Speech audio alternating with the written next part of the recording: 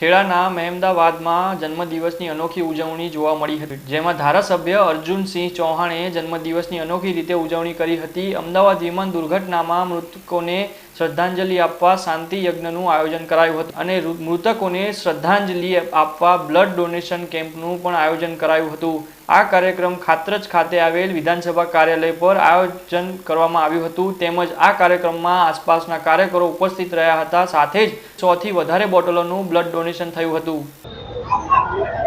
12મી જૂન જે ઘટના થઈ દુનિયા અને દેશને હચમચાવી દીધો અને વિશેષ આજે મારો જન્મદિવસ।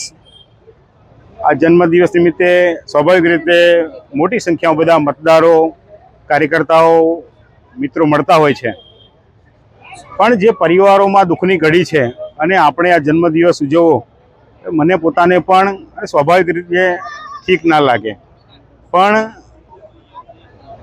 આ બધા દિવંગત આત્માઓની શાંતિ માટે એક યજ્ઞનો વિચાર અમારી આખી ટીમે કર્યો। આપ જોઈ રહ્યા છો, અમે યજ્ઞની આહુતિઓ હવે ચાલુ થઈ છે। વિશેષ બ્લડ ડોનેશન કેમ્પ, એમાં પણ મોટી સંખ્યામાં ભાઈઓ અને બહેનો બ્લડ ડોનેશન કરી રહ્યા છે અને વિશેષ આ આત્માઓની શાંતિ માટે આ શાંતિ યજ્ઞ સારી રીતે સંપન્ન થાય એવી પ્રાર્થના કરીએ છીએ અને આપના માધ્યમથી બધા જ સજ્જન સમાજને હું પણ વિનંતી કરું છું કે આ દિવંગત આત્માઓ માટે જે પણ બને પ્રાર્થનાઓ આપણે રીતે કરીએ। અર્જુનસિંહ, આજે ગ્રામ પંચાયતની ચૂંટણી પણ યોજાઈ રહી છે, ખાસ કરીને નાગરિકોને શું અપીલ કરશો? ચોમાસાનો માહોલ છે। હા, પંચાયત એ મહત્વનું અંગ છે।